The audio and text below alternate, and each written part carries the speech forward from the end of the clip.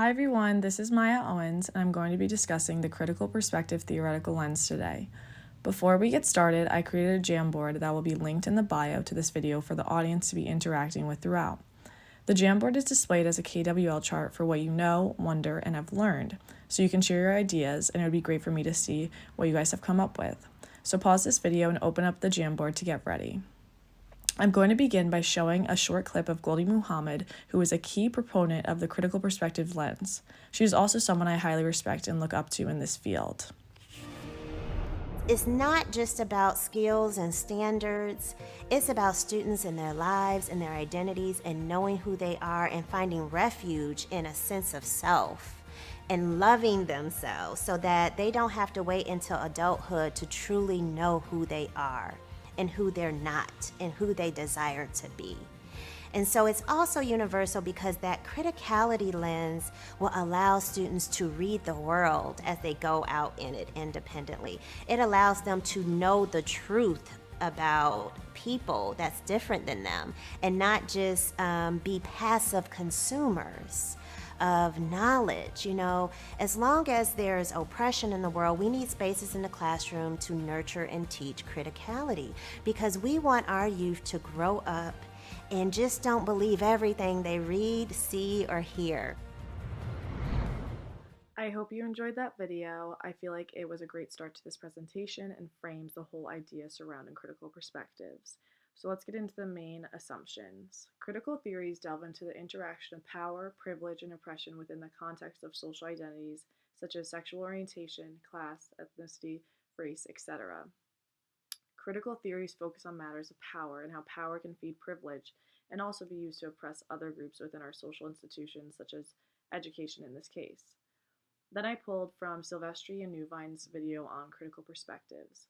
Critical theories also assume that individuals' social and cultural experiences help shape literacy and language learning. Now let's get into the historical background of critical theories. The history of critical theories used in education was formed by two main ideas around exploitation.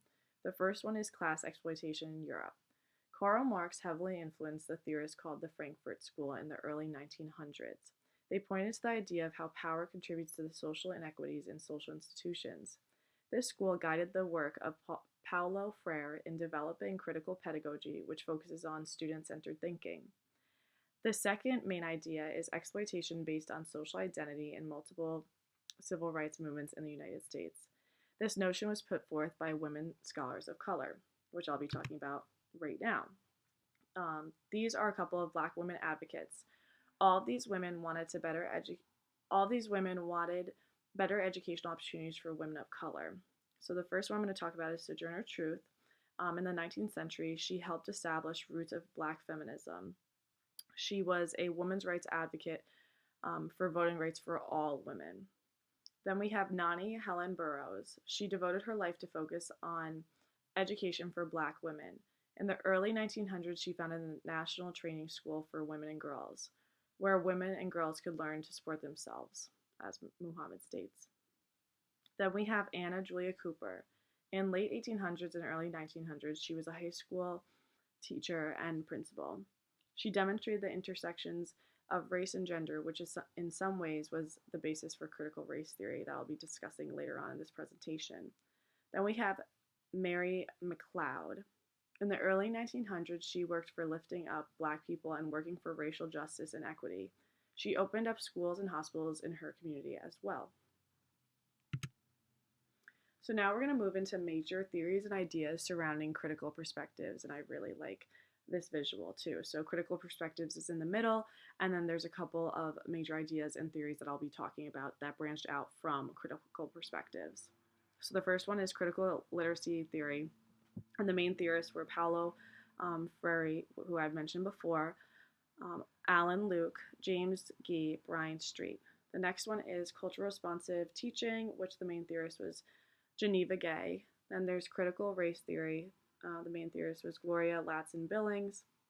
And then the other theory I'll be discussing is culturally and historically responsive literacy framework, which is by Goldie Muhammad, which I've already talked about, and the video was her speaking about this framework as well.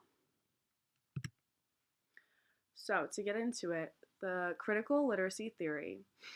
Critical literacy theory challenges the traditional belief that education is a politically neutral process designed to promote the individual development of all children. This theory focuses on language and power, and it is broken up into two facets: critical pedagogy and critical text analysis. Critical pedagogy encourages students to critique and analyze text, not just as literary critics, but utilizing their own political awareness in society. Critical text analysis focuses on teaching students how to become critical thinkers, as well as recognizing how text can embody genres of power through the way they are written. The next one is culturally responsive teaching. This pedagogy acknowledges the value of instruction that provides students from marginalized communities an equitable education with an affirmation of their unique identities. Culturally responsive teaching includes 5 main ideas: culturally diverse teaching practices that validate the student's home life. Number 2, holding all students to the same high expectations. Number 3, notice linguistic and dialect differences. Number 4, culturally inclusive curriculum. And number 5, classroom texts and resources where students see themselves represented. The next theory is critical race theory, which is a huge theory that I've heard of and you probably have too. The main premise of CRT is that racism is embedded in our institutions and therefore only white people enjoy power and privilege that is offered over people of color. The hope of CRT is to ignite social change in order to lift the lives, experiences, and voices of people of color as a tool to transform existing institutions whose power structure is based within racism.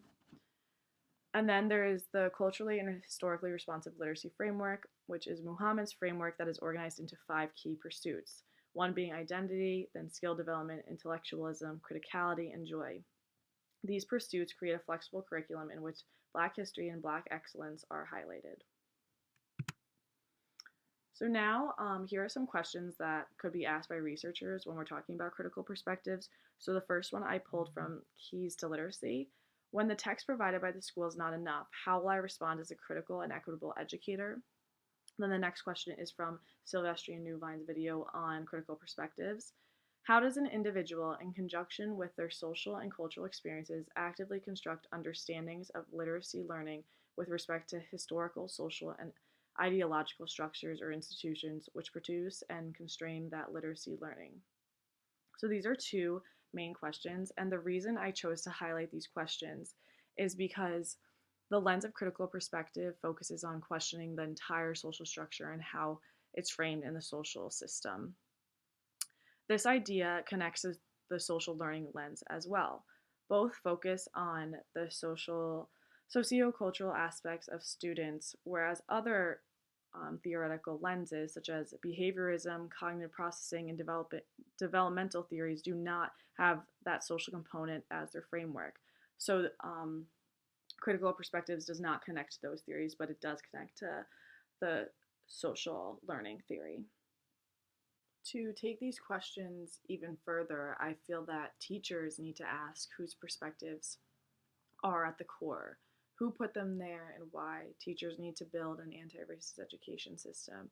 And I feel as teachers, we need to do some self-reflection, look at ourselves in the mirror, and recognize if we have any internalized bias and everything, and look at the curriculum and see what can I do to change what I'm teaching and how can I adjust it to help culturally support students in my classroom. So I think there's multiple questions that can connect to teaching as a whole, especially through a critical perspectives lens. So to continue, I want to get into literacy instructional practices, which actually is a connection to the classroom, which we were just talking about. So the first theory to practice that I would love to put in place is revoicing. Revoicing is a way to offer another perspective on stories and common ideas. It addresses the need for alternative readings and provides classroom libraries with diverse texts that include minority voices. Revoicing, I feel like, is a really great way to have class discussions that include social political issues where all voices can share their experiences and opinions. Rich dialogue can be fostered with inclusivity and diversity. The Next practice is assets-based approach. In an assets-based classroom, diversity in thinking, background, learning style, and culture are all seen as positive and necessary. Differences are embraced as strengths, and culturally responsive teaching focuses on what students can do and what they each uniquely contribute to the class dynamic. And this is from Martinez, which is from Keys to Literacy as well. Um, in addition, this connection can be made. The assets-based approach can connect to Muhammad, who suggests that literary instruction, in addition to developing skills, should also support students' development of their own identities and the strength they bring to the classroom, which connects to one of the pursuits that Muhammad has created. And then the final practice is the open inquiry approach, which helps foster equitable and relevant literacy practices for all students. By discussing topics of power in different scenarios, we allow students and teachers to enter new territories of learning, which I feel like, for example, with this approach, we must change how we teach history by including the history of all Americans of all different ethnicities. We must be able to address our history of slavery and treatment of non-white citizens and really recognize the true history and expand on it. I feel like that approach is very beneficial as well. And to continue, I just wanted to end this whole presentation by including a quote from Ibram Kendi, who is an anti-racist activist and author of one of my favorite books, How to Be an Anti-Racist. So Kendi's work directly relates to the work that must be done to support students and staff of color in our school system. We must be dedicated to supporting anti-racist ideas with action. And his quote is, "It can become real if we focus on power instead of people, if we focus on changing policy instead of groups of people." I feel like to say you're not racist is not enough. All people should strive to be actively anti-racist and see the world through a critical perspective lens, not just teachers. And in addition, all of us who are educators have the responsibility to create this change in our educational system and do what's right by all of our students. I hope you really enjoyed my presentation. I had an amazing time researching about the critical perspective lens, and it's something that I feel everybody should learn about and be educated about, because this will bring power within our schools and make change. So thank you for watching, and I hope you guys enjoyed.